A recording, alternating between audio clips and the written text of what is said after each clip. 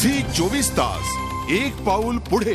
एक साधा junior clerk थेट महापालिकेचा नगर सचिव बनलाय। हा चमत्कार घडलाय पुणे महापालिकेत। ज्युनियर क्लार्क थेट नगर सचिव बनलाय। बाबाजी आहेरवर महापालिकेची ही कृपा झाली आहे। राजकारण्यांच्या सोयीसाठी आहेरला बढती देण्यात आली आहे। ज्युनियर क्लार्कला थेट उपनगर सचिवपदी बढती मिळाली आहे। बाबाजी आहेर असं या ज्युनियर क्लार्कचं नाव आहे। सरकारी कारभाराचा असा अजब नमुना पुणे महापालिकेत अनुभवायला मिळतोय। पाहूयात याचा एक रिपोर्ट।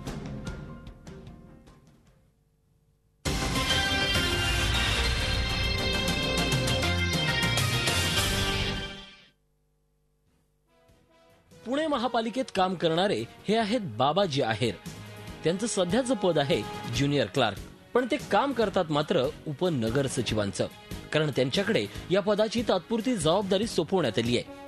पण तात्पुरती असलेली ही जबाबदारी ते सांभाळतायत तब्बल 4 वर्षापासून। उपनगर सचिव पदाची तात्पुरती जबाबदारी असली तरी आहेर मात्र बऱ्याचदा असतात नगर सचिव। विद्यमान नगर सचिव सुनील पारखी रजेवर जाताना यांच्याकडेच पदभार देऊन जातात।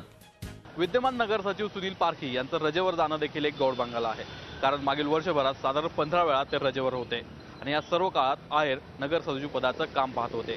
महापालिकेच्या अनेक ठरावांवर नगर सचिव म्हणून आहेर यांच्या सह्या आहेत, म्हणजेच एक ज्युनियर क्लार्क थेट नगर सचिव बनलाय।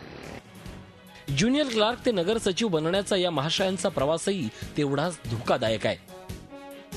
हे महाशय आधी महापालिकेच्या पथविभागातून नगर सचिव कार्यालयात आले, त्यानंतर पदोन्नतीच्या साऱ्या पायऱ्या टाळत त्यांनी तळाच्या पदावरून थेट वरच्या पदावर उडी घेतली।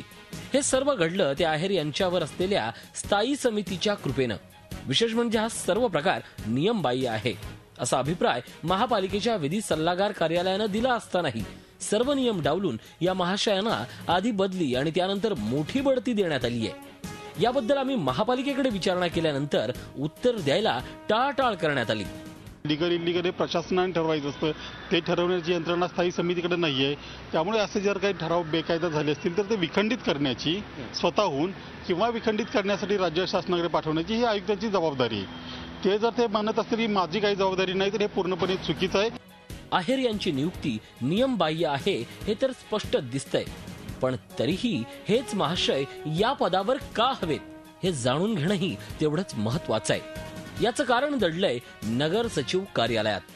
विकास कामांचा निधी कुस्ती स्पर्धेसाठी वळवण्याचा विषय असो किंवा विकास आराखड्यावर पहाटेपर्यंत चाललेल्या चर्चेत उपसूचना दाखल करून त्यात पुन्हा फेरबदल करण्याचा विषय असो, अशी सर्व महत्वाची कामं होतात नगर सचिव कार्यालयाकडून।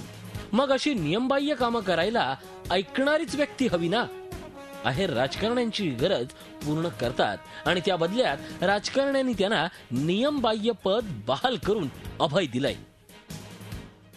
नगर सचिव, महापालिका आयुक्त आणि राजकारणी या सर्वांचीच भूमिका आहेर यांना पाठीशी घालण्याची दिसते। त्यांची ही भूमिका अशीच कायम राहिल्यास आहेर नक्कीच एक दिवशी नगर सचिव बनतील। मात्र हा सर्व प्रकार पाहिल्यानंतर हा कारभार महापालिकेचा आहे की ग्रामपंचायतीचा असा प्रश्न उपस्थित केला जातोय। व्हिडिओ जर्नलिस्ट नितीन सांडभोरचा, नितीन पाटोळे, झी 24 तास पुणे।